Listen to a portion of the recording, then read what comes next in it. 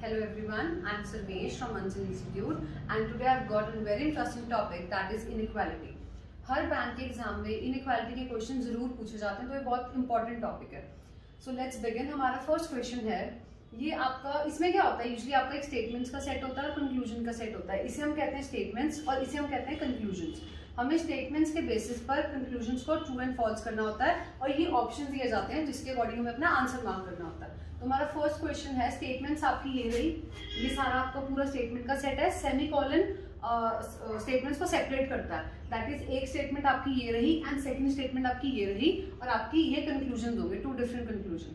सो हमारा first conclusion है that is Q is greater than H. तो अब हमें इसे ट्रू या फॉल्स करने के लिए फर्स्ट कंडीशन जो देखनी होती है वो होता है हमारा पाथ, कि हम Q से H तक हमारे स्टेटमेंट में जा सकते हैं नहीं जा सकते.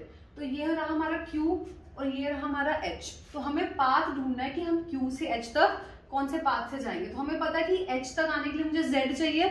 तो Z देखो हमारा इस स्टेटमेंट में ये रहा. तो दैट मीन्स मुझे Q से A जाना है, A से Z जाना है और Z से देन H जाना है. मुझे मेरा पाथ पता चल गया.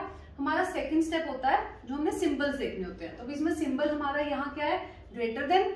हमारे सिंबल्स पर जंप करने से पहले हमें प्रायोरिटी अंडरस्टैंड करनी जरूरी होती है. प्रायोरिटी आपकी रहती है, ये हमारी रहती है फर्स्ट प्रायोरिटी एंड ये हमारी रहती है सेकंड प्रायोरिटी एंड हमारी थर्ड प्रायोरिटी रहती है इक्वल टू.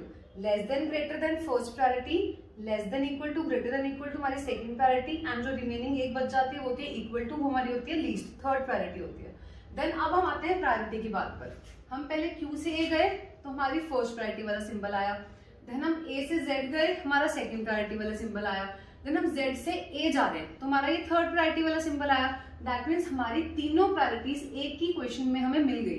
तो हमें ये ट्रू या फॉल्स किसके बेसिस पर करना होता है, अगर हमारे क्वेश्चन में यहाँ पर क्या है, मेरे पास हाईएस्ट प्रायोरिटी है.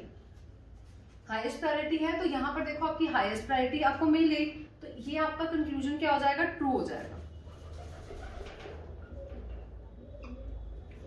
अब नेक्स्ट आते हैं Z less than equal to C.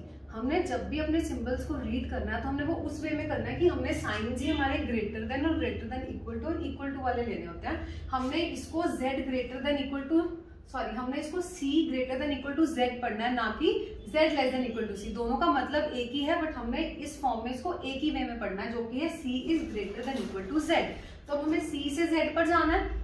C element मेरा ये रहा और Z पे आने के लिए मुझे H चाहिए और C से Z हम यहाँ पे डायरेक्टली भी जा सकते हैं. तो हमें ये रूट मिल गया, हमारा C से X और X से Z मिल गया. तो यहाँ पे आपकी कौन सी प्रायोरिटी आई, सेकंड प्रायोरिटी. यहाँ पे कौन सी प्रायोरिटी आई, सेकंड प्रायोरिटी. और मेरे कंक्लूजन में भी क्या है, सेकंड प्रायोरिटी है. जब मेरे पास कोई और प्रायोरिटी ही नहीं बची कंपैरिजन करने के लिए तो यहाँ पे सेकंड, यहाँ पे सेकंड, तो मेरा ये स्ट्रेट फॉरवर्ड क्या हो जाएगा, कंक्लूजन ट्रू हो जाएगा. अब यहाँ पे मेरा फर्स्ट कंक्लूजन भी ट्रू आ गया, मेरा सेकंड कंक्लूजन भी ट्रू आ गया. अब ये आपके ऑप्शंस गिवन होंगे जो हर क्वेश्चन में रहते हैं. तो इसमें से देखो बोथ फॉलो हो रहा है, फर्स्ट कंक्लूजन भी सेकंड कंक्लूजन भी. तो मेरा जो आंसर होगा होगा बोथ 1 and 2 फॉलो, मतलब दोनों के दोनों आपके जो कंक्लूजन है वो ट्रू हो गए. अब हमारा सेकंड सेट ऑफ स्टेटमेंट्स आया H से लेकर R तक वाली. देन हमारी ये सेकंड स्टेटमेंट है, ये दो को अलग अलग करता है सेमीकोलन. नेक्स्ट हमारा फर्स्ट कंक्लूजन है that is R is greater then U. हम इसको U लेस देन R नहीं पढ़ेंगे, हम किसे क्या पढ़ेंगे, इसको R is greater then U. तो हमें पता लग रहा है कि हमने R से U तक ही जाना है. इसमें हमने जो देखना होता है वो ये एंड देखना होता है कि ये आपका ओपन एंड है और ये आपका क्लोज एंड है. ओपन एंड मतलब हम जब एक एलिमेंट से यहां तक दूसरे एलिमेंट तक जाते हैं तो ये आपका पाथ ओपन है, तो मैं A से B तक जा सकती हूँ, ठीक है. लेकिन अगर हम इसको उल्टा रीड करते हैं that is B is less than A, तो ये मेरा क्लोज एंड हो गया. क्लोज एंड मतलब मैं B से A तक जा ही नहीं सकती क्योंकि यहाँ पे मेरा रास्ता क्या हो गया, बंद हो गया, पाथ इज क्लोज. तो इसलिए हम इसको ऐसे रीड करते हैं ताकि R ग्रेटर देन U, ताकि हम R से U अपना पाथ जा सके. अगर हम इसको U लेस देन R पढ़ेंगे तो यहाँ तो रास्ता है ही बंद, क्लोज एंड है, इसलिए हम इसको ऐसे रीड नहीं करेंगे. तो हम आते हैं अपने कंक्लूजन पर, R greater than U. U आपका ये रहा, R आपका ये रहा. मुझे R से U जाना है. आप एक बार चेक कर लेना कि कोई एलिमेंट उसके एक स्टेटमेंट के अलावा दूसरी स्टेटमेंट में आ रहा है या नहीं आ रहा. अब मुझे यहाँ पता है कि R से मैंने U जाना है तो मेरे पास सिर्फ एक यही पाथ है, R से N, N से Q, Q से U. हमें पाथ पता चल गया. अब इसके बाद हमने क्या देखना था कि हमारा पाथ ओपन है या क्लोज्ड है. अब मैं R से N जाने के लिए मेरा यहाँ क्लोज एंड आ गया, दैट मीन्स मेरा पाथ क्लोज हो गया। जब मेरा पाथ यहीं पर क्लोज हो गया, मैं R से आगे ही नहीं जा सकती, तो मैं U तक तो पहुंच ही नहीं सकती, तो मुझे आगे पता नहीं चलेगा कि कंक्लूजन कैसे चेक करना है। तो ये स्ट्रेट फॉरवर्ड आपका आंसर फॉल्स हो जाता है कंक्लूजन का। जो पॉइंट हमारा यहाँ नहीं था वो पॉइंट हमें यहाँ क्लियर हो गया कि अगर रास्ता आपका बंद है, क्लोज एंड आ जाता है, अगर ग्रेटर देन की जगह लेस देन आ जाता है, तो आपका कंक्लूजन वहीं पर फॉल्स हो जाता है। नेक्स्ट आपका आया s is greater than equal to u। अब मेरा s कहाँ है, ये रहा, और मेरा u ये रहा, मतलब अब मुझे लिंक करना है। तो मुझे पता है कि s से t जाना है, t से g जाना है, g से v, v से h, तभी जाकर मैं h से q पर, h से u पर आ पाऊंगी। और कोई हमें इसमें नहीं नजर में आ रहा जहां से हम s से स्टार्ट करें, क्योंकि s एक सिंगल बार यहीं पर आ रहा है। तो s से t जाना है, t देखो यहाँ पर नहीं है u पे आने के लिए, t से g गए, g भी यहाँ पर नहीं है, हम आ सकते हैं कि रास्ता आपका ओपन है। g से v गए, इक्वल टू का होता है दोनों तरफ से रास्ता ओपन, मतलब हम v से g भी आ सकते हैं, g से v भी जा सकते हैं। तो g से v आ गए एंड देन v से h आ गए। अब h के बाद मुझे पता है मैं u पे भी आ सकती हूँ, तो ये पाथ तो आपका पूरा ट्रैवर्स हो गया, देन सारा रास्ता भी ओपन था। बट जब हम h से u जाना चाहते हैं तो मेरा यहाँ पे क्या आ गया, ये वाला सिंबल आ गया, दैट मींस क्लोज एंड हमें मिल गया। तो जहां पर हमें क्लोज एंड मिल गया वहां पर हमारा कंक्लूजन क्या हो जाता है, फॉल्स, क्योंकि h तक तो मैं बहुत इजीली पहुंच गई, उसके बाद h के बाद मैं u के बाद जा नहीं सकती u पर, तो इसलिए आपका कंक्लूजन ये वाला भी क्या हो जाएगा, फॉल्स। तो इसका आपका आंसर क्या रहेगा सेकंड क्वेश्चन का, नाइदर, क्योंकि मेरा फर्स्ट कंक्लूजन भी फॉल्स है, neither one nor second follows. तो इसका आपका आंसर क्या हो जाएगा, डी, एंड जो हमने ऊपर किया था उसका आंसर था हमारा सी। नेक्स्ट जो हमारा थर्ड सेट आता है, ये आपका है set of statements and then conclusions. Conclusion आपका जो पहला है वो है x is greater than p।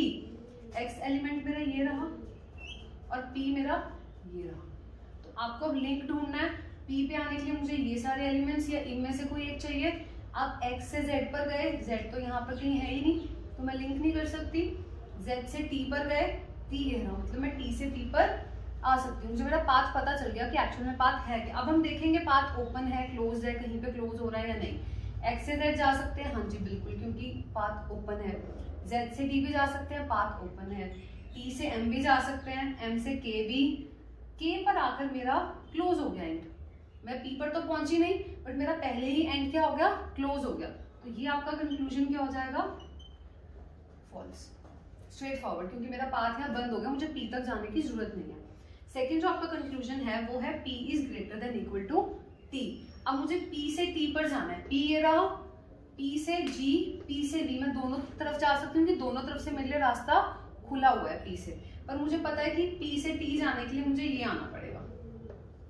तो p से जब आप g गए रास्ता खुला है, g से जब आप b गए आपका रास्ता ओपन है, b से k भी आ सकते हैं आप सिमिलरली, k से m भी जा सकते हैं, बट m पर आके मेरा रास्ता बंद हो गया, मैं t तक पहुंची नहीं, तो यहाँ के रास्ता बंद, दैट मीन्स ये क्या हो गया हमारा, फॉल्स हो गया। अब इसी क्वेश्चन को ही मैं आपको यहाँ पे अगर p greater than equal to t को ही, यहाँ पे मैंने एलिमेंट अपना चेंज कर दिया, लेस देन इक्वल टू कर दिया। अब आपको पता है p से g आप पहुंच गए थे, g से b भी आप पहुंच गए थे, b से k भी पहुंच गए थे, k से m भी। अब मैंने यहाँ एलिमेंट चेंज कर दिया सिंबल हमारा, तो m से t भी मैं पहुंच गई, मेरा सारा पाथ ट्रैवर्स हो गया, दैट मींस सारा पाथ ओपन था। तो जब ये स्टेप हो जाता है उसके बाद हमें प्रायोरिटी पे आना होता है। तो अब यहाँ देखिए प्रायोरिटी, यहाँ 2 प्रायोरिटी है। अगर सेकंड प्रायोरिटी आपकी कंक्लूजन में आ रही है, उससे बड़ी प्रायोरिटी आपकी स्टेटमेंट में नहीं होनी चाहिए अगर इसको ट्रू करना है। तो यहाँ पे आपका p ग्रेटर देन t है, ये देखो 1 प्रायोरिटी आ गई, चाहे पाथ हमने पहले सारा ट्रैवर्स कर लिया, सारा का सारा पाथ ओपन है, बट यहाँ आपकी 1 प्रायोरिटी आ गई, दैट मीन्स इससे बड़ी प्रायोरिटी है तो वो ट्रू होगी, तो ये हमारा क्या हो जाएगा, फॉल्स। ये हमारा क्या हो जाएगा, फॉल्स। अगर इसी को ही मैं यहाँ पर p ग्रेटर देन t लिख देती, अगर इसी को ही मैं यहाँ पर p ग्रेटर देन t लिख देती,